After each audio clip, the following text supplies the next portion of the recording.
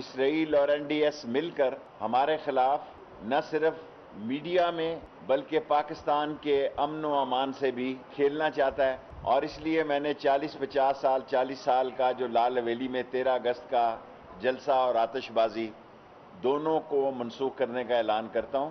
NCOC کے جو rules ہیں، جو انہوں نے رولز بنائے ہوئے ہیں، ان کا احترام کرے، اس SOPs پر عمل کیا جائے۔ میں اپنا جلسہ جو ہے 40 سال کا 13 اگست کو اور آتش بازی منسوخ کرنے کا اعلان کرتا ہوں۔ اس ملک کی سلامتی کے خلاف جو انڈیا، اسرائیل اور NDS سازشیں کر رہا ہے، وہ اس بات کا تقاضا کرتے ہیں کہ ہم یکجا ہو کر ان کا مقابلہ کریں۔